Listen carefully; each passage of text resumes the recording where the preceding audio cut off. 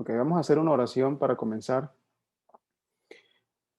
Señor, te damos toda la gloria y la honra por el permitirnos, el poder reunirnos por este medio a adorar tu nombre, a escuchar tu palabra, a ser edificados en este día del Señor. Te pedimos que seas tú guiándonos a lo largo de esta enseñanza, no solo para entenderla, sino para ponerla por obra después que la hayamos escuchado. Que tengamos el valor de ser como centinelas en nuestros hogares, en nuestras iglesias, velando por el cumplimiento de la enseñanza en nosotros mismos y en los demás. Que haya un espíritu de amor que nos permita exhortarnos y cuidarnos los unos a los otros. Reconocemos, Señor, que sin la dirección de tu Espíritu Santo no tendría sentido esta reunión y que no hay forma que el hombre natural pueda entender las cosas espirituales porque para él son locura.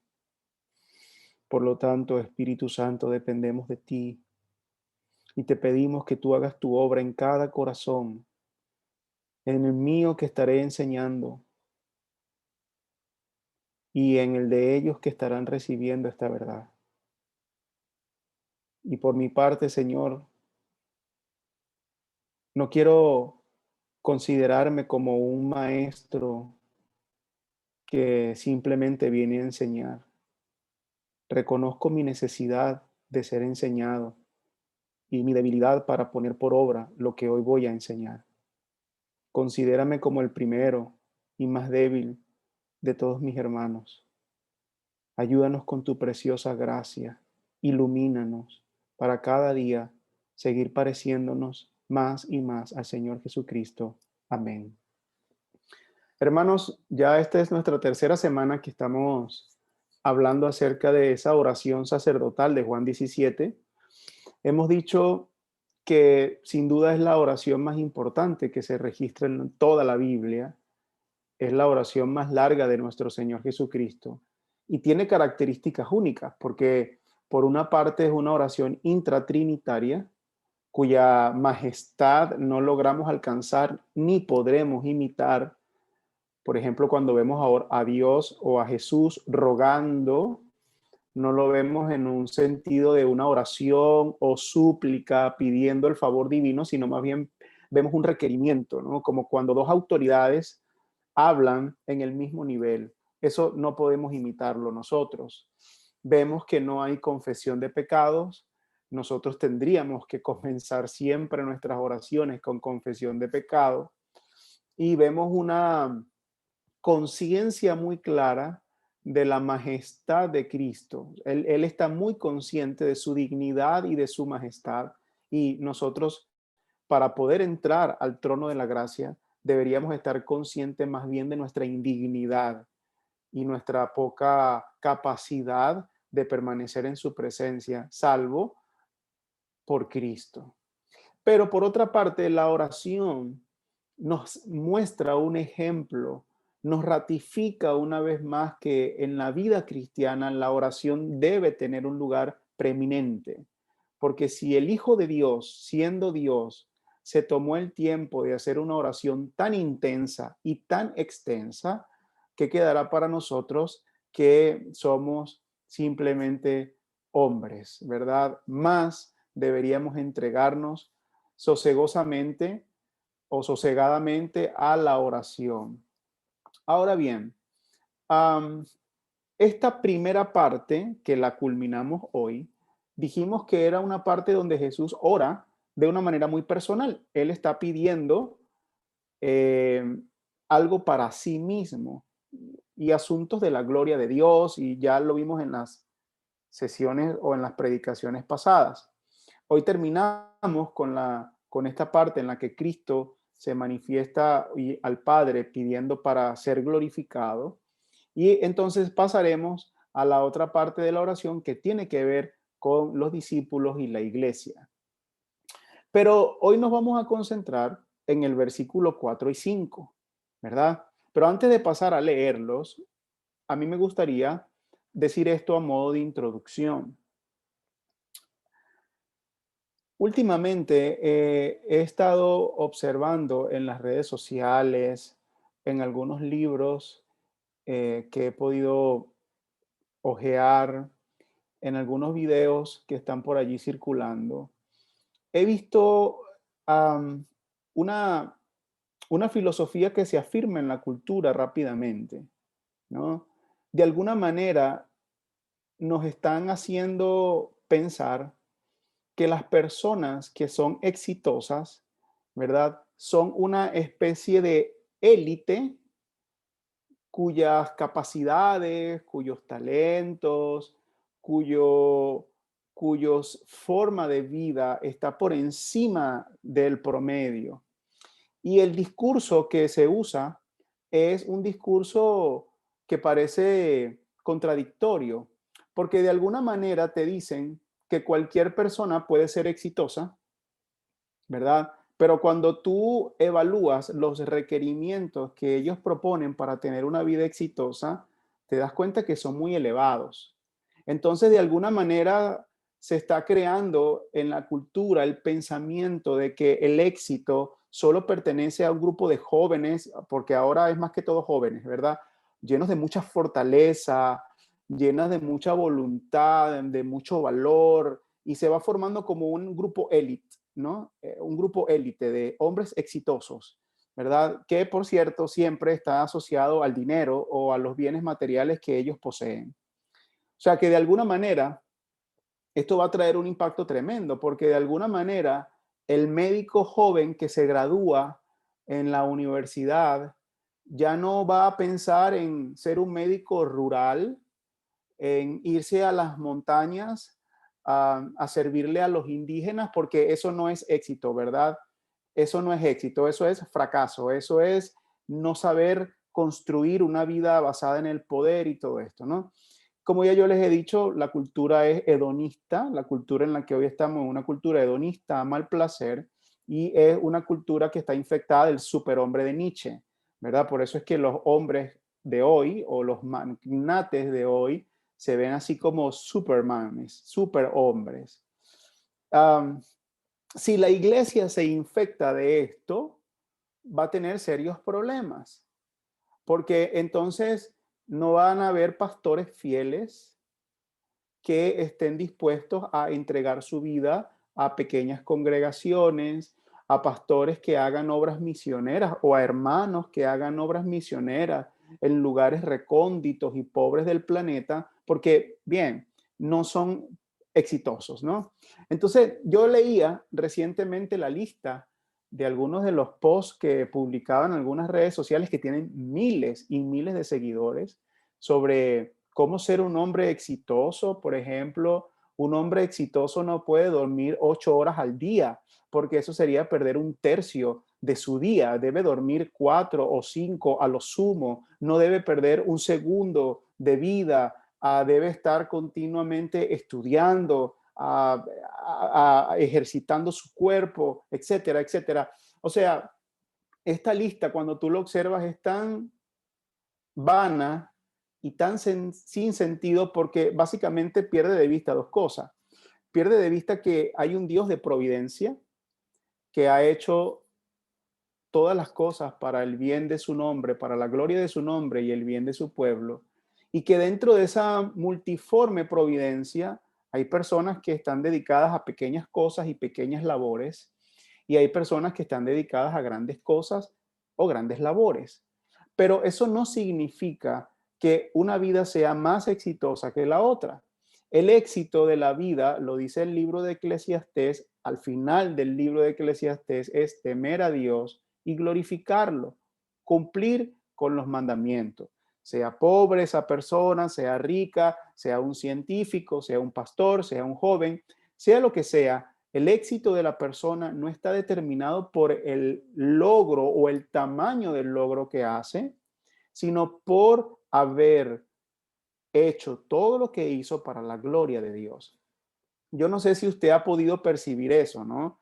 Pero esto está cambiando fuertemente. De hecho, ahora la mayoría de los posts que vemos publicados son hombres muy musculosos, barbas, tatuados, pelo rapado, hombres que parecen máquinas muy fuertes, que dan miedo más bien, ¿no? Y nos están vendiendo que esa es la idea del hombre ideal, como pasó en el Renacimiento, ¿verdad? Cuando se acabó la era bizantina, que ya el hombre en aquella época se dibujaba flaco y debilucho, salieron aquellas imágenes de aquellos hombres griegos fuertes, musculosos y bellos, ¿verdad? Bueno, eso nos estaba indicando algo. Lo mismo nos está indicando esta cultura, ¿verdad? Que el hombre ideal es aquel hombre fuerte, capaz de llevarse por el medio al más débil. De hecho, la esencia de la vida es dejar la debilidad y convertirse en este Superman. En este sentido, la oración de Cristo se vuelve relevante, porque si ha habido un Superman en la historia, tiene que ser él. Y si ha habido un hombre que vivió exitosa su vida, tiene que ser él. Y si hay un ejemplo al cual debemos nosotros seguir, debe ser él. Mira, una de las cosas que hoy se recomienda es consíguete a un mentor. Hoy está de moda eso. Búscate un mentor, consigue un mentor, tienes que tener un mentor. Y está bien, es un principio, ¿no? Hay que ser, tenemos que ser enseñados. Pero para nosotros el mejor mentor tiene que ser Jesús.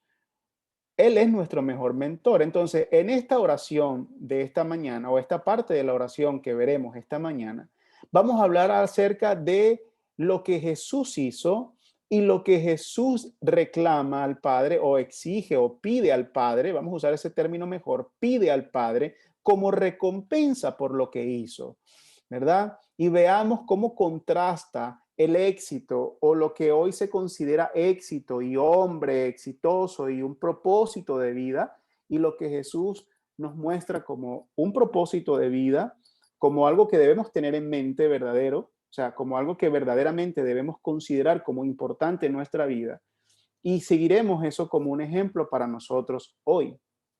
Por supuesto, el libro de Eclesiastés y el libro de Proverbios nos dejan claros que cuando una persona trabaja arduamente, con intensidad, con ética de trabajo, lo más probable es que esa persona sea bendecida y que esa persona de alguna manera pues reciba muchas veces fama, muchas veces prestigio, reconocimiento, poder, etcétera, pero no puede ser considerado como una meta en la vida.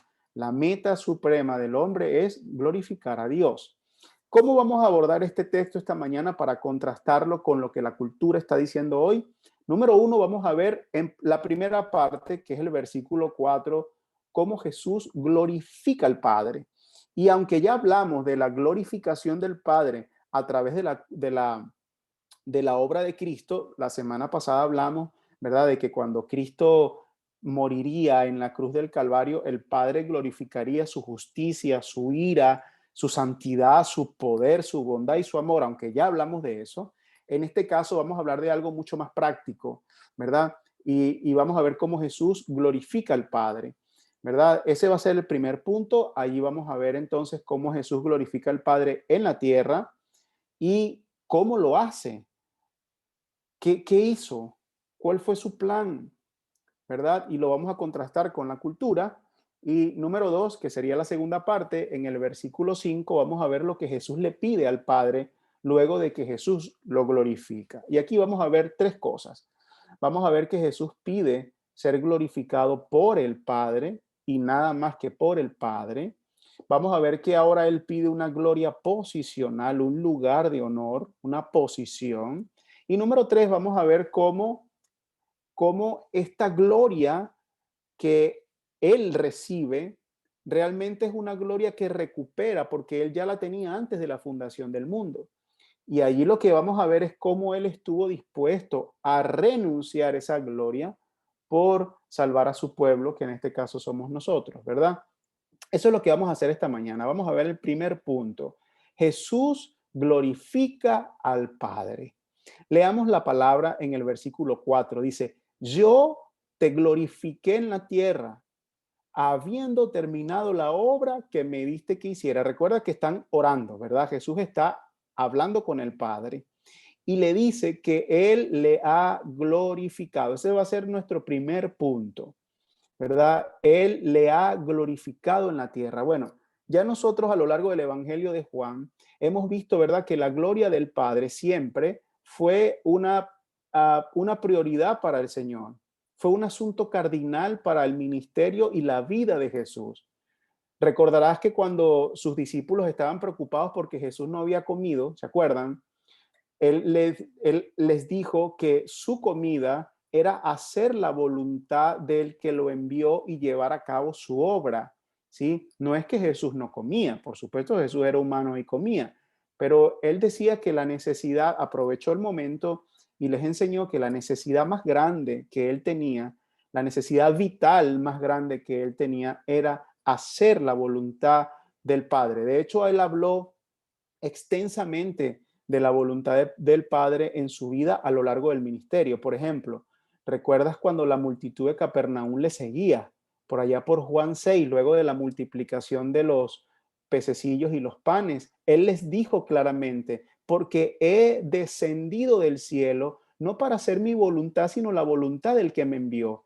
Lo primero que vemos en Jesús es una clara convicción de su propósito. Él tenía que hacer la voluntad de su padre. Él conocía cuál era la voluntad del Padre y estaba dispuesto a hacerla. Muchas veces nosotros titubeamos en la vida precisamente por no tener un conocimiento claro de la voluntad del Padre en nuestra vida. Jesús sabía que él tenía que hacer la voluntad del Padre. Eso nosotros lo sabemos. La mayoría de nosotros lo sabemos. Pero donde quizás podemos estar fallando es cuál es la voluntad del Padre, ¿verdad? Jesús lo sabía porque a esa misma multitud les habló de la voluntad por allá por el versículo 39 y 40. Él les dijo lo siguiente, él les dijo claramente, esta es la voluntad del que me envió. Esta es, no hay otra. Estoy claro cuál es el propósito de Dios para mi vida.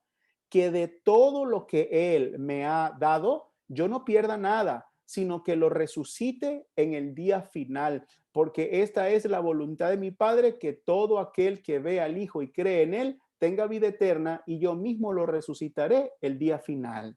Jesús sabía que él tenía que hacer la voluntad del Padre, pero también sabía precisamente cuál era esa voluntad. Incluso Jesús enseñó a orar a los discípulos acerca de la voluntad de Dios. En el Padre Nuestro, Él les enseñó, hágase tu voluntad así en la tierra como en el cielo. Jesús les enseñó a sus discípulos que debían pedir que de la manera perfecta en la que se le obedece en el cielo, también se le obedeciera en la tierra, comenzando por ellos mismos. Así que Él no solamente estaba consciente de que tenía que hacer la voluntad del Padre, él conocía la voluntad del Padre y él enseñó a orar por hacer la voluntad del Padre. Hermano, dígame si esto no es un asunto cardinal para nosotros también. Además, Jesucristo dijo que para entrar en el reino de los cielos era necesario algo más que una mera profesión de fe. Mira lo que él dice. No todo el que me dice Señor, Señor, entrará en el reino de los cielos, sino el que hace la voluntad de mi Padre que está en el cielo. Es tan cardinal el conocer y hacer la voluntad del cielo que Jesús asegura que el que no hace la voluntad del Padre no entra al reino de los cielos. De hecho, Jesús mismo dijo, hermanos, que hacer la voluntad de Dios nos asegura que somos parte de su familia. Recordarás aquel encuentro en Mateo 12. ¿Qué dijo Jesús? Dijo, porque cualquiera que hace la voluntad de mi Padre que está en los cielos, ese es mi hermano y mi hermana y mi madre. Y esto lo dijo en Mateo 12, pero también lo dijo en Marcos 3:35. Por lo tanto, hacer la voluntad de Dios me garantiza a mí ser parte de la familia de Dios. No es que por hacer la voluntad de Dios yo me vuelvo miembro de su familia, no, es al contrario, es que porque soy miembro de su familia hago la voluntad de Dios. De hecho, Jesús mandó a sus discípulos a que estuvieran preparados para su segunda venida con una parábola y les habló de que estar preparado implicaba hacer la voluntad de Dios. Cuando nosotros oramos, venga tu reino, nosotros estamos diciendo también, Señor, que cuando tú vengas no me halles desprovisto, no me halles distraído, sino que me halles trabajando para la voluntad de Dios. Mira lo que Jesús le dijo a sus discípulos en esa parábola. Lucas 12:47. Y aquel siervo que sabía la voluntad de su Señor y no se preparó y no obró conforme a su voluntad, recibirá muchos azotes. Entonces Jesús está diciéndoles aquí que había que conocer la voluntad de Él, prepararse para hacerla, obrar, o sea, hacerla realmente, porque de lo contrario recibiría muchos azotes. De hecho, Jesús mismo, en el momento más duro de su vida, o quizás en el momento más difícil de su ministerio, él oró al Padre diciendo, hágase su voluntad, o mejor dicho, Lucas 22:42, no se haga mi voluntad, sino la tuya. No se haga mi voluntad, sino la tuya. Así que Jesús está diciendo, Padre, yo he glorificado tu nombre. Y lo entendemos porque sabía cuál era la voluntad del Padre, hizo la voluntad del Padre, enseñó la voluntad del Padre, nos invitó a orar en la voluntad del Padre para hacer la voluntad del Padre. Ahora, note usted que Jesús no esperó, como quizás muchas veces nosotros pensamos que va a suceder así, no esperó llegar al cielo para glorificarle. Él dijo, te he glorificado en la tierra, en el lugar donde los hombres viven. Desde mi realidad te he glorificado en cada circunstancia. No lo hizo solamente durante sus 3 años en el ministerio. Lo hizo a lo largo de toda su vida. No lo hizo solamente en la cruz como la obra culminante de su ministerio. Recuerda la oración, yo te he glorificado en la tierra o yo te glorifiqué en la tierra. La está haciendo antes de ir a la cruz y ya Jesús asegura que el Padre ha sido glorificado. Por lo tanto, no solamente podemos pensar que Jesucristo lo glorificó en la cruz, lo glorificó a lo largo de toda su vida. Lo hizo con todo su ser y en todo lugar. De hecho, nosotros no vemos a Jesús diferenciando las cosas espirituales de las cosas seculares. Él fue invitado a una boda, no como el pastor que los iba a casar o como el rabí que les iba a dar la bendición. Él fue invitado como amigos de la pareja y sin embargo lo vemos haciendo una de las señales más importantes de todo su ministerio y glorificando a Dios en ese lugar. En el encuentro con la mujer de Samaritana no lo vemos en una campaña evangelística o entregando tratados, lo vemos cansado del camino, reposando en el pozo de Jacob y allí hablándole a la mujer samaritana y glorificando a Dios en todo. Lo vemos en sus enseñanzas, lo vemos en sus conversaciones casuales, en la bendición de los alimentos, en las liberaciones, en todo. Él siempre glorificó a Dios y lo hizo con todo su ser. Nosotros, hermanos, tenemos que entender que desde la realidad que nos tocó vivir o que estamos viviendo, debemos glorificar a Dios. A veces pensamos que la hermana que está dedicada al cuidado de sus hijos no puede glorificar a Dios desde esa posición. O el anciano que está en su casa, o la anciana, o el hombre de negocio, o el empleado normal, sino que solo puedo glorificar a Dios en la iglesia o los días domingo o solo si soy pastor. O peor aún, podemos llegar a pensar que este asunto de glorificar a Dios le compete solo a ellos, no a mí. Pero no, Jesús también glorificó al Padre en aquella carpintería, cuando era un muchacho de Nazaret que nadie conocía, cuando estuvo esperando el momento adecuado para iniciar su ministerio, cuando trabajaba con su padre y ayudaba a su madre. Él siempre estuvo glorificando a Dios. La pregunta que nosotros debemos hacernos hoy es si desde la realidad que que estamos viviendo cada uno de nosotros, estamos glorificando a Dios y estamos haciendo lo mejor para glorificarle cada día más. Yo te glorifiqué en la tierra, es decir, yo te glorifiqué en mi vida, en el propósito que me tocó vivir, ¿verdad? Y quizás a este punto ya está claro, pero como es tan cardinal el tema, yo no quiero dejarlo como a criterio de cada uno de nosotros, sino quiero ser explícito con esto. La pregunta sería, ¿cómo le glorificó?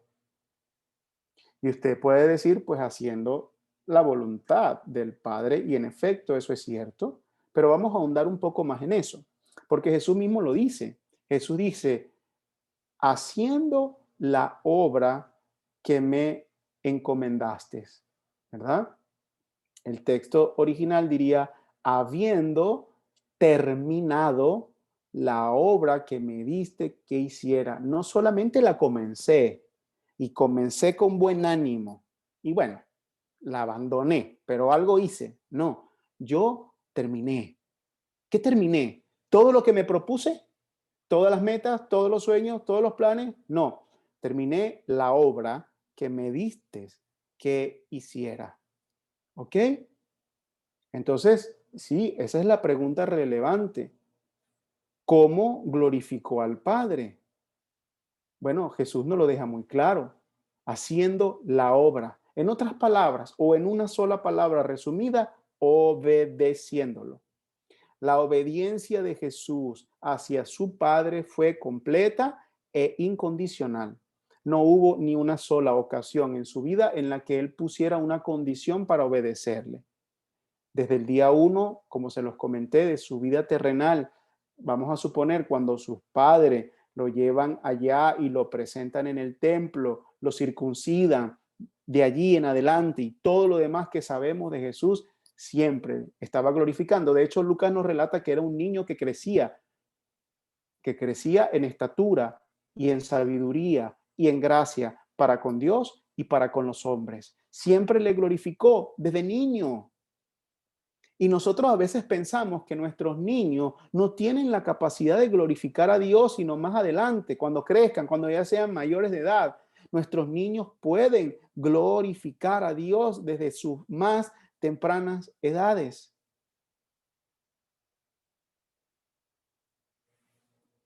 La Biblia, hermanos, nos deja muy en claro que Jesucristo lo glorificó en todas las etapas de su vida, no solo en la cruz. Por ejemplo, en el libro de Filipenses, el apóstol Pablo dice lo siguiente, dice, y estando en la condición de hombre, se humilló a sí mismo y se hizo obediente hasta la muerte y muerte de cruz.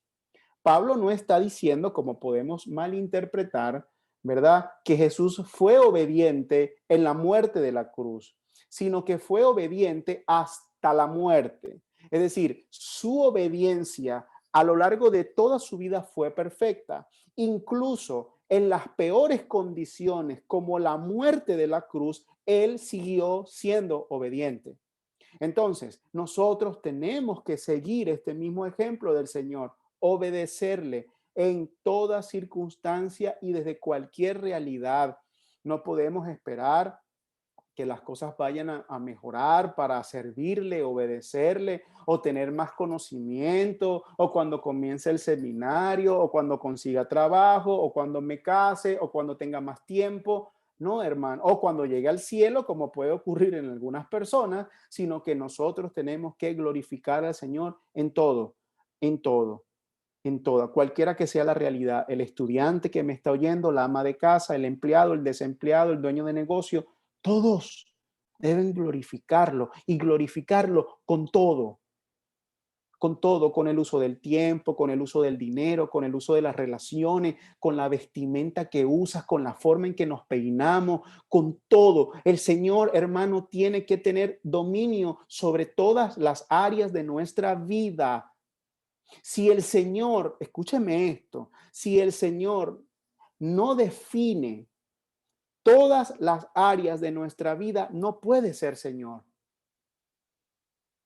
Por ejemplo, un ejemplo, ¿no? Bueno, yo decidí darle mi ofrenda a Dios. Le doy mi ofrenda, pero que Él no defina cómo yo me alimento, por ejemplo, como lo que me da la gana, o que no defina cómo yo me vista. En ese asunto sí no voy a permitir que nadie se meta, ni mi mujer, ni mi marido, ni mi papá, ni mi mamá, ni mucho menos Dios. Yo me visto como yo quiero.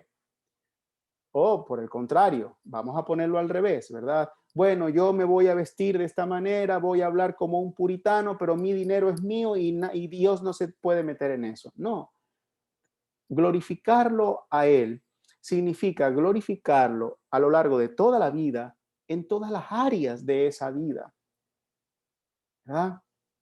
Recientemente escuchaba al hermano hablando de la mayordomía del tiempo y aquejándose de que muchas veces ha luchado con él mismo porque pasa media hora, 20 minutos mirando las redes sociales. Esa es una persona que el Espíritu Santo está obrando en él y le está diciendo, el Señor compró esos minutos. ¿Quién te dio el derecho a ti de usarlos de esa manera? Pero hay gente, hermanos, que está tan fría en esto y está tan insensible en esto que no se dan cuenta. Pero una obra del Espíritu Santo profunda, santidad verdadera, alcanza estas áreas. ¿Cómo estás usando el tiempo? ¿Cuál es la mayordomía de la mente? ¿Cómo estás construyendo tus relaciones? Todo, todo, todo. Porque el Señor se glorificó o el Padre se glorificó en el Hijo en todo. Cuando estaba invitado a una boda, cuando estaba en el templo, cuando estaba en una fiesta, cuando estaba en un camino a casa, siempre se glorificó. Ahora, no solamente la obediencia de Cristo es una meta a la cual nosotros debemos apuntar, no, sino que además es un consuelo. ¿Por qué? Porque esa obediencia perfecta ahora ha sido imputada a cada uno de nosotros por la fe. Y te das cuenta de la tensión cristiana en la que vivimos, ¿verdad? Por un lado, yo estoy seguro de que esa preciosa obediencia ha sido imputada a mi vida y descanso en esa realidad, descanso en esa verdad. Él lo pagó por mí, Él fue obediente por mí. Pero por otra parte, Él abrió el camino para que yo también transite por esa senda y debo esforzarme para ser obediente como Él lo fue. No porque yo voy a ganar el cielo, por eso, no, sino porque Él mostró el ejemplo y yo debo seguirlo. Ah, quiero hacer un comentario aquí de MacArthur referente a este texto, porque él dice esto que es importante. Aunque Jesús no tuvo pecado, Dios lo trató como si hubiera cometido los pecados por aquel o de todo aquel que creería en él, para que los creyentes, aunque injustos, pudieran tratarse como si hubieran vivido la vida perfecta de Cristo. Segunda de Corintios 5:21 resumen sucintamente esta verdad gloriosa. El Padre por nosotros lo hizo pecado, a Cristo, para que nosotros fuésemos hechos justicia de Dios en él. La disposición de Cristo para hacer el sacrificio que cargara con los pecados en la cruz fue la demostración final de su compromiso completo con la obediencia al Padre, además de la expresión final de su amor por los pecadores. Por lo tanto, la obediencia, cuando Jesús dice, te he glorificado en la tierra, implica que Él ha obedecido su voluntad. Esa obediencia genera en nosotros una tensión. La tensión es, por una parte, debo imitarlo en obediencia y por otra parte, debo descansar en que esa obediencia se me ha imputado y recibir como bendición y favor inmerecido los beneficios de aquella obediencia por mí. Y damos gloria a Cristo por eso, hermano. Muy bien. Entonces aquí Jesús comienza o avanza porque comienza para la prédica, pero ya él viene orando desde hace 3 domingos. Él avanza aquí diciéndole al Señor lo que él ha hecho. Le glorificó en la tierra con perfecta obediencia. Ahora él pasa a pedir. Y en el griego es muy enfático cuando dice, y ahora glorifícame tú, Padre, junto a ti, con la gloria que tenía antes que el mundo existiera. Mira, Jesús pide una recompensa. Glorifícame tú, glorifícame tú. Esta oración contrasta, seguramente usted la recordó ya, con las palabras que le dijo a los fariseos: gloria de hombre no recibo. No me importa, no la quiero. Pero aquí lo vemos pidiendo, glorifícame tú. Gloria de hombre, no quiero, glorifícame tú. Gloria de hombre, no quiero, glorifícame tú. Hermano, así deberíamos vivir. Sin embargo, me gustaría hablar un poco de la gloria de los hombres en los tiempos de Jesús, para que quede claro este punto. El Señor jamás aceptó gloria de hombres. No solamente lo vemos aquí en Juan 5, lo vemos a lo largo de toda su vida. Pero cuando Él dice gloria de hombre no recibo, no se está refiriendo a la alabanza o al honor que le debían dar los hombres, porque esa en efecto la demanda y la merece, sino Jesús está hablando en un sentido de no aceptar una gloria proveniente de aquello que los hombres tenían por alta estima, ¿verdad? Aquella gloria que viene de las cosas del mundo, de lo superficial y de lo material, es algo que Jesús no quiere. Por ejemplo, vale la pena que veamos algo aquí. ¿Qué gloria recuerda usted que buscaban los fariseos en los tiempos de Jesús?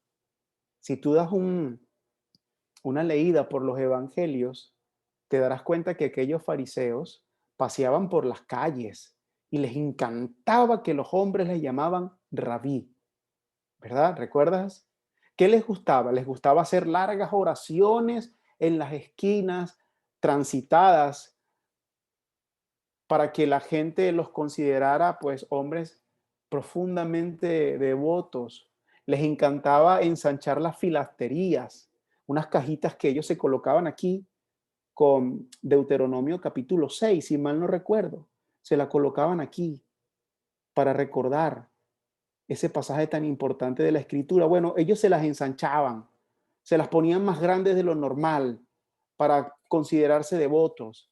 Les encantaba alargar los flecos de sus mantos para que se vieran cuando caminaban por las calles, aquellos flecos de aquellos mantos que les recordaba la pureza y el pacto que tenían con Dios. Les encantaba sentarse en las primeras filas de la sinagoga, les encantaba dar sus ofrendas a la vista de todos, les gustaba hacer ayuno y que su rostro se viera demacrado para que la gente pensara que eran hombres piadosos y así ser alabados y reconocidos por todos como gente piadosa. Esa es la gloria que Jesús rechaza.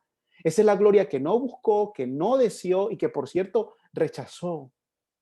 Pero la gloria que él verdaderamente buscaba como la meta de su vida era la gloria de Dios. Era el reconocimiento y la alta posición que Dios le podía dar, que el Dios y Padre que escudriña los corazones y los pesa, lo glorificara a Él. Es a Él al que Jesús le dice, glorifícame tú. ¿Cuántas de las cosas que usted y yo hacemos están buscando definitivamente la gloria de Dios? ¿O cuánto de las cosas que nosotros estamos haciendo están buscando más bien la gloria de los hombres? ¿Mm? Am, u- usted sabe que recientemente leí un artículo que decía que cerca del 90%, quizás más, de las personas que se veían ricas, prósperas o millonarias, no lo eran, solo lo eran de apariencias, aparentaban. porque querían ser estimados, considerados y tratados como gente rica. Por eso vestían como vestían, manejaban los autos que manejaban, pero cuando tú veías sus estados financieros, te ibas a dar cuenta que en realidad todo lo debían, nada era de ellos. Este fenómeno es parecido al de los fariseos. Buscaban la gloria de los hombres, aunque su corazón estaba como una tumba, ¿verdad? Dice el Señor, donde solo hay huesos muertos. Muchas veces como cristianos nosotros hacemos cosas para buscar la aprobación, la gloria y que los otros hombres nos tengan en alta estima. No hace falta eso. Usted puede liberarse de eso.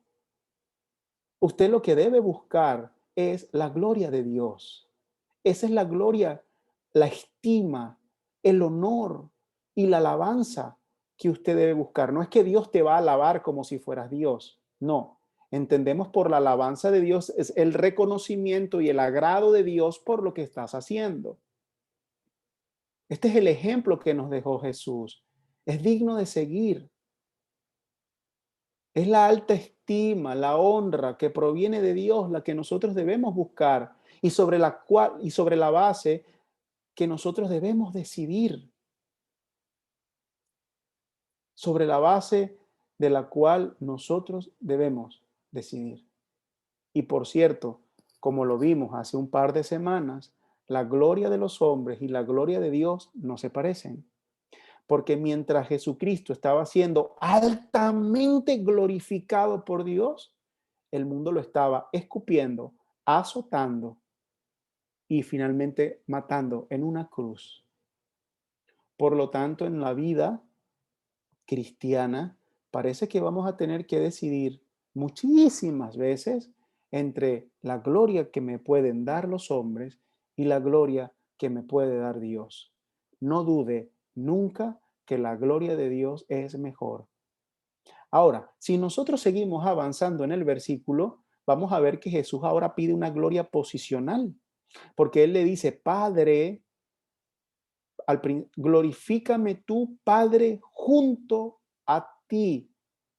Ya nosotros vimos cuando Él le dijo, Padre, la hora ha llegado, glorifica a tu Hijo para que el Hijo te glorifique a ti. Y en ese momento hablamos de la gloria que se venía en Cristo sobre su santidad, sobre su amor, sobre su obediencia, sobre su carácter de mediador y Mesías. Y ahí hubo gloria. Pero ahora Jesús está siendo explícito aquí y está pidiendo una gloria posicional. Junto a ti es una preposición griega que se puede traducir al lado tuyo. ¿Qué hombre puede estar al lado de Dios y no morir? ¿Qué ángel puede estar al lado de Dios, al nivel de Dios y no morir? La Biblia textual dice, y ahora Padre, glorifícame tú al lado de ti mismo, con la gloria que tenía junto a ti antes de existir el mundo. Bueno, nosotros sabemos que Jesús estaba antes de la fundación del mundo con el Padre. Porque a lo largo del Evangelio hemos leído, por ejemplo, esto, nadie ha visto jamás a Dios. El unigénito Dios que está en el seno del Padre le ha dado a conocer. Eso está en Juan 1:18. Vemos que Jesús estaba al lado del Padre, más íntimamente aún en el seno del Padre. De hecho, en Juan 3 leemos, nadie ha subido al cielo, sino el que bajó del cielo, es decir, el Hijo del Hombre que está en el cielo. Y en Juan 10:30, el Señor nos habla de esta cercanía, porque cuando habló, dijo, yo y el Padre somos uno. Así que glorifícame tú, Padre, junto a ti, significa algo muy cercano. Tan cercano como estar en el mismo cielo, lo acabamos de ver, tan cercano como estar en el seno del Padre, tan cercano como para llegar a decir, el Padre y yo somos uno. En ese lugar quiero que me glorifiques. Pero quizás la idea más clara de la posición que tenía Cristo, nos la da Juan en el propio prólogo del Evangelio, cuando él dice, en el principio existía el verbo, y el verbo estaba con Dios, y el verbo era Dios.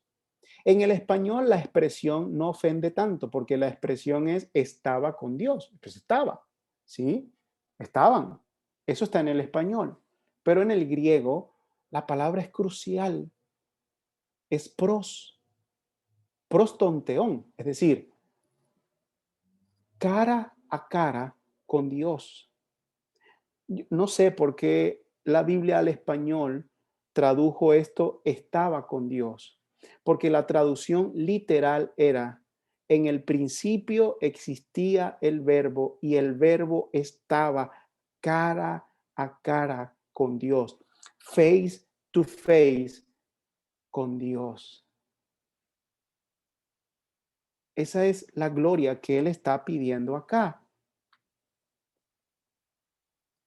Gloria que por cierto recibió, porque Pablo escribió en Filipenses 2, por lo cual Dios también lo exaltó hasta lo sumo y le confirió el nombre que es sobre todo nombre, para que al nombre de Jesús se doble toda rodilla de lo que está en el cielo y en la tierra y debajo de la tierra, y toda lengua confiese que Jesucristo es el Señor, para la gloria de Dios Padre. De hecho, entrar en el Apocalipsis es ver algo de aquella gloria que el Hijo recibió. Si tú quieres ver si esta oración fue contestada, basta con leer Apocalipsis 5.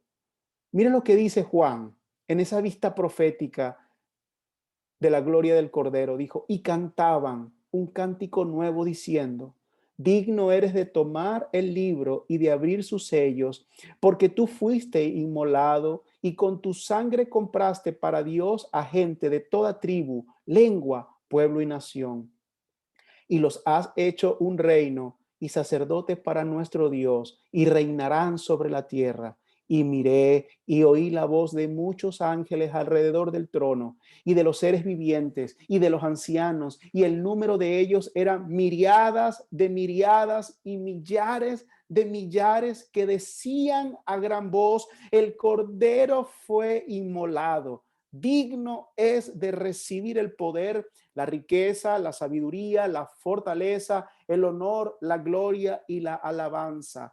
Y a toda cosa creada que está en el cielo, sobre la tierra, debajo de la tierra y en el mar, y a toda cosa que hay en ellos, oí decir, al que está sentado en el trono y al Cordero, sea la alabanza, la honra, la gloria y el dominio por los siglos de los siglos. Y los cuatro seres vivientes decían amén. Y los ancianos se postraban y adoraron a este Cordero precioso que es Cristo. Así que no hay duda, el Padre respondió la oración de Cristo. Él ahora está sentado junto a él en esa gloria majestuosa que tuvo antes de la fundación del mundo, y ahora toda la creación le adora y le alaba. Esta imagen de este Cristo glorificado jamás, hermanos, debe abandonar nuestra mente, ni por un solo instante. El Cristo crucificado y muerto es parte de la historia de la redención, pero Él ya no está ahí. Ahora Él se encuentra en el estado de suprema gloria. Ahora Él ha sido vindicado por el Padre, tiene autoridad sobre todo el universo, está victorioso y merece el temor, la alabanza, la adoración y nuestra obediencia. Él es digno, Él es el Cordero. No debemos jamás dejar de adorarle ni de exaltarle con toda nuestra vida.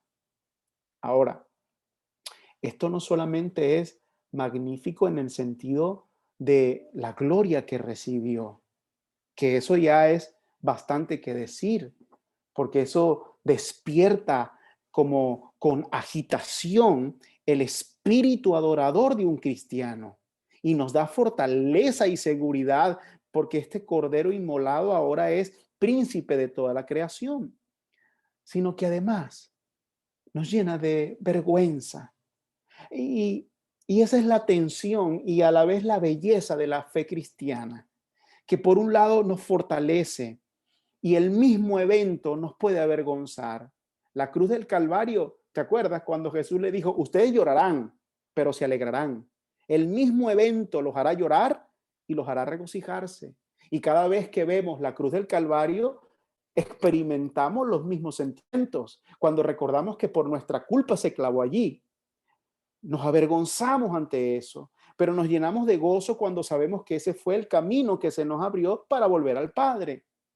De la misma manera, esta gloria de Cristo no solamente despierta nuestro espíritu de adoración, sino que nos humilla. ¿Y en qué sentido nos humilla, pastor? Nos humilla al reconocer que esa gloria fue la que Él estuvo dispuesto a renunciar por salvar a nosotros o por salvarnos. Lo vemos en la propia oración. Jesús no dice, bueno, Señor, ahora dame, Padre, la gloria junto a ti, la gloria inédita que nunca tuve. No, Él dice, ahora glorifícame junto a ti, Padre, con la gloria que tenía contigo antes que el mundo existiera.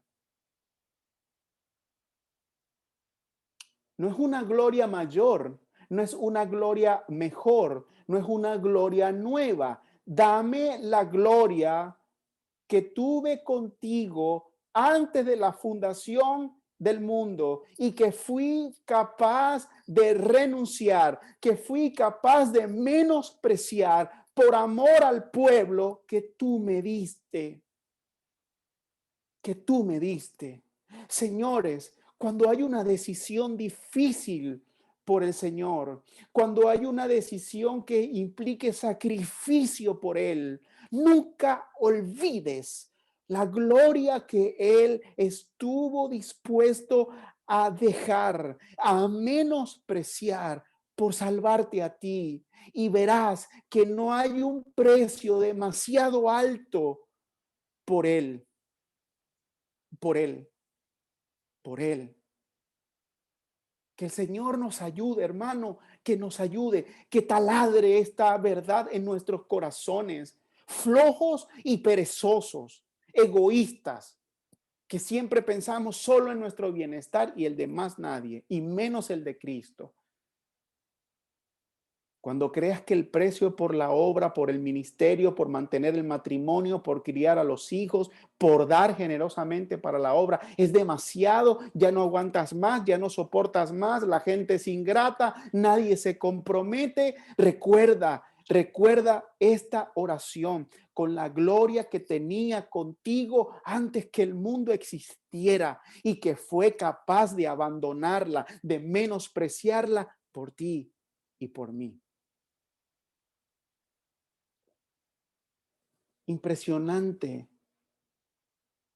Y también es impresionante que el Señor siempre estuvo consciente de esa gloria y no lo vemos quejándose. Oh, Dios mío, ayúdanos.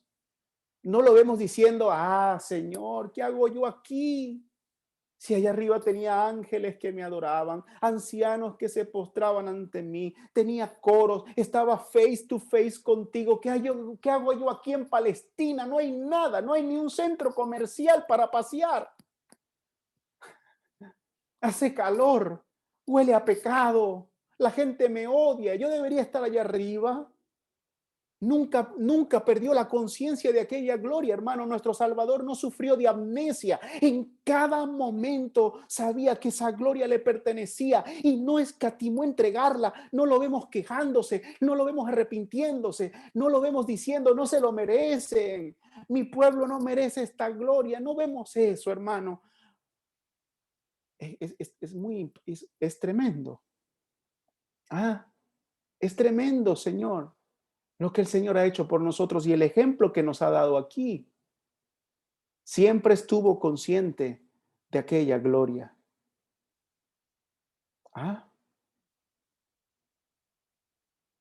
Mira lo que dice la palabra.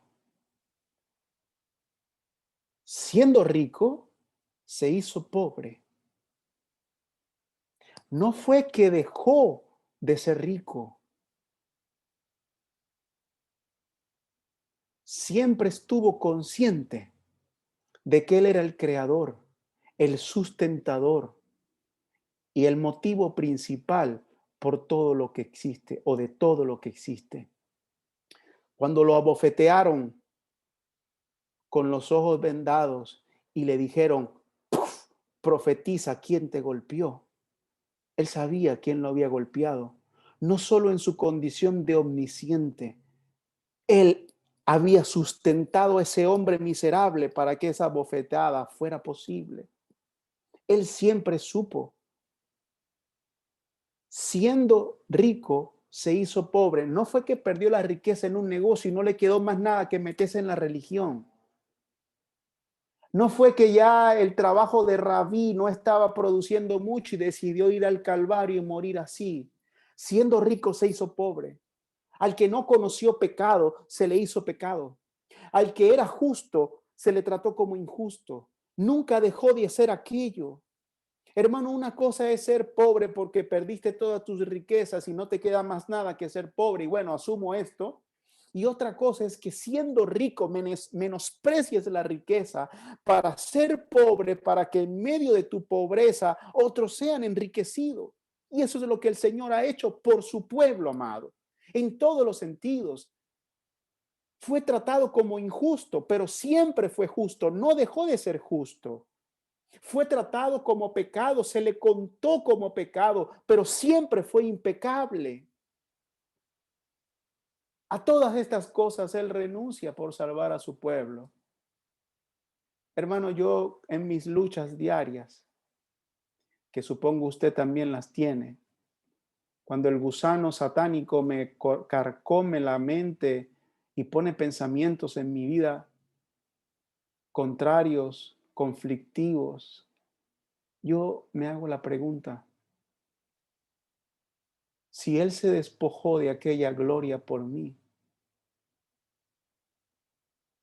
¿qué significa que yo me despoje de esta gloria o de aquella gloria por Él? Y ahí es cuando la verdad es puesta a prueba en mi vida y también en la tuya. Porque si tu respuesta es nada, Él lo merece todo, entonces tú tendrías que salir a demostrar eso. Y aquí hemos visto estas dos oraciones. Una donde Jesús expone lo que ha hecho aquí en la tierra y otra donde Él requiere que el Padre le glorifique con aquella gloria. No olvidemos que así como la obediencia de Cristo produjo recompensas, de la misma manera, el creyente que obedezca recibirá recompensa, aunque en esta vida lo pierda todo. Quiero aplicar esta enseñanza a nuestras vidas y voy a hacer varias aplicaciones. Primero es importante entender que la voluntad de Dios, el compromiso que yo tenga con la voluntad de Dios es un asunto cardinal en mi vida cristiana. Así que yo voy a apuntar las aplicaciones, la mayoría de ellas, a esto.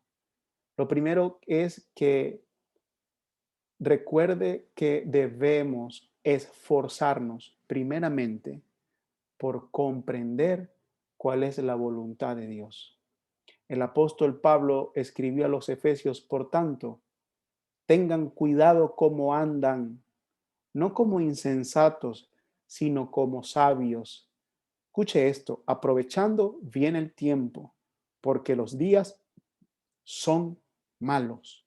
Así pues, no seáis necios, sino entended cuál es la voluntad del Señor.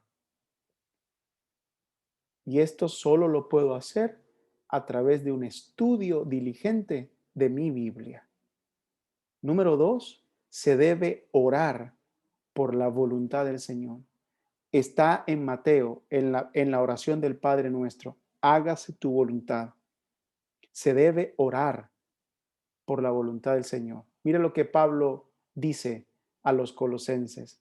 Por esta razón también nosotros desde el día que lo supimos, no hemos cesado de orar por vosotros y de rogar que seáis llenos del conocimiento de su voluntad en toda sabiduría y comprensión espiritual. Esta es la oración por mí, esta es la oración por mi esposa, esta es la oración por mi hija y por mi iglesia. Esta es la oración que tú debes hacer por ti, por tu esposo, por tu hija, por tu hijo, por tu iglesia, por tu pastor. Esta es la oración sin cesar, continuamente rogando de que tú seas lleno del conocimiento de la voluntad de Dios en toda sabiduría y comprensión espiritual, que logres comprender lo que la palabra requiere de ti para hacer la voluntad de Dios. Y eso tiene que ser diario. Mujer, ¿qué oras por tu marido? A veces perdemos el tiempo pidiendo tantas cosas. Una oración precisa tiene que ser esta. Señor, que mi marido sea lleno de todo el conocimiento de tu voluntad para que entienda con sabiduría las cosas espirituales y las haga. Eso es una oración.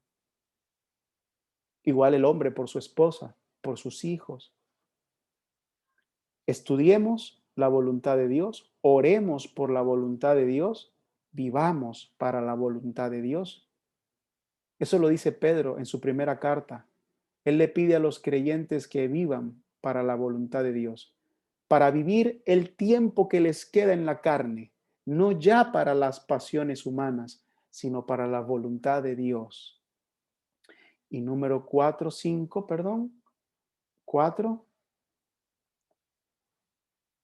recuerde que puedes sufrir por hacer la voluntad de Dios. Porque en la misma carta de Pedro, Pedro continúa diciendo, por consiguiente, los que sufren conforme a la voluntad de Dios, encomienden sus almas al fiel Creador, haciendo el bien. No dejemos de hacer el bien en Cristo. Y si estamos sufriendo y el Señor considera en su más sabia providencia alargar aquel sufrimiento, entonces glorifiquémoslo a Él. A veces pensamos que el sufrimiento es producto de no estar haciendo la voluntad de Dios. Por favor, borra eso de tu mente. La voluntad de Dios puede causar sufrimiento. De hecho, con frecuencia causa sufrimiento porque vivimos en un mundo que resiste, que odia la voluntad de Dios. Cuando se consigue a un hombre que la ama, la valora, la atesora y la vive, hay conflicto. ¿Mm? Y no tenga temor, es lo quinto que quiero decir, porque Dios nos prepara para la obra que quiere que hagamos. Esto lo dice claramente en el libro de Hebreos. En el capítulo 13, versículo 20 al 21, el escritor dice, y el Dios de paz os haga aptos en toda buena obra para hacer su voluntad, obrando Él en nosotros lo que es agradable delante de Él mediante Jesucristo.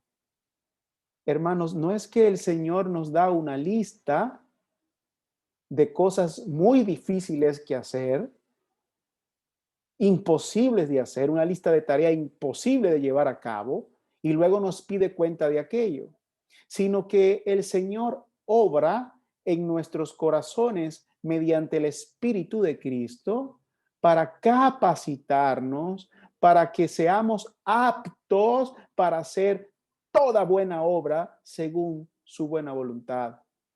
Si el Señor me manda a amar, entonces el Espíritu Santo está obrando en mí para tal amor. Si me manda a perdonar, el Espíritu Santo está obrando en mí para tal perdón. Lo que tengo que hacer es pedirle que me capacite. Lo otro que quiero aplicar a su vida es, recuerde que el lugar donde comienza una vida que glorifica a Dios es aquí en la tierra. como el Señor Jesús nos acaba de dar ejemplo. Hoy, domingo, desde tu realidad, desde mi realidad, debemos glorificar a Dios. 6, sigamos el ejemplo de Cristo.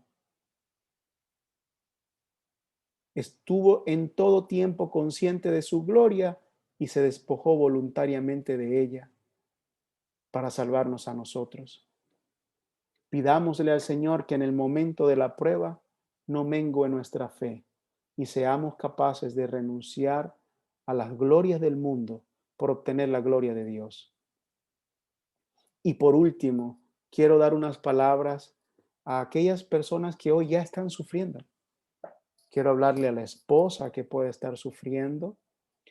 Quiero hablarle al joven que hoy está sufriendo, am, al esposo, al hermano en general que me pueda estar escuchando y está sufriendo por su fe, quizás siendo criticado por su familia, por sus hermanos, siendo puesto en vergüenza o ha sido traicionado o traicionada.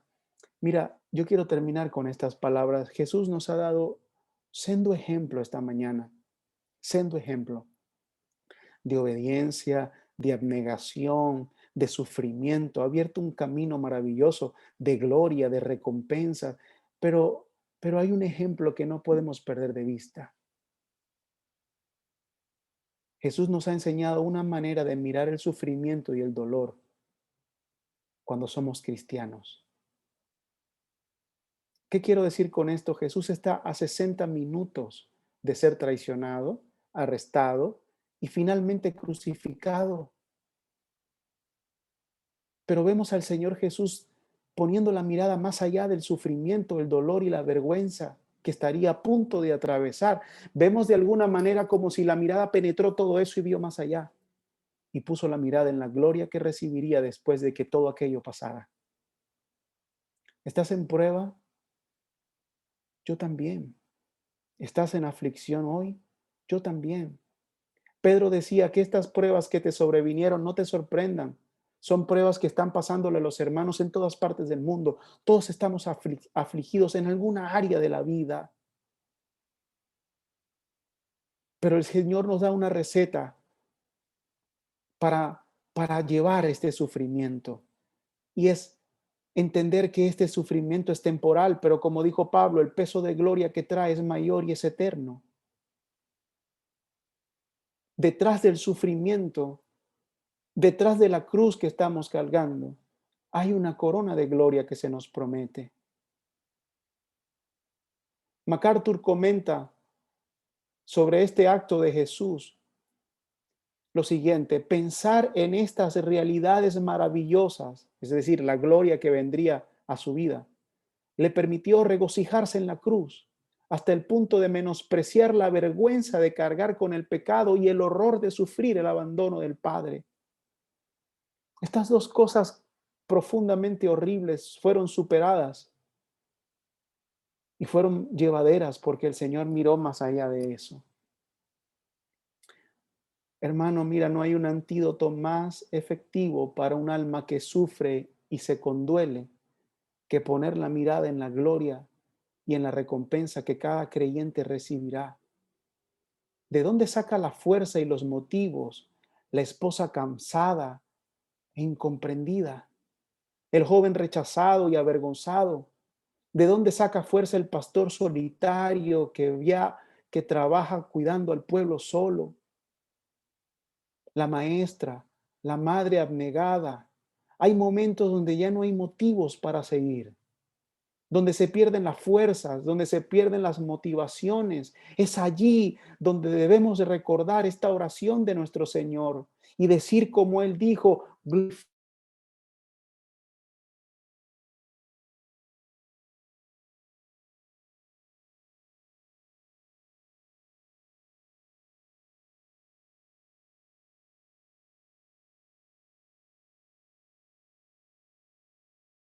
pero el que no se arrepienta de sus pecados pagará por ello. porque no en vano murió Cristo. Hoy es un día para arrepentirnos de nuestros pecados, aceptar a Cristo como el Señor y Salvador de nuestras vidas y entregarnos a Él, no en una fe solo confesional, sino en una fe que obedece.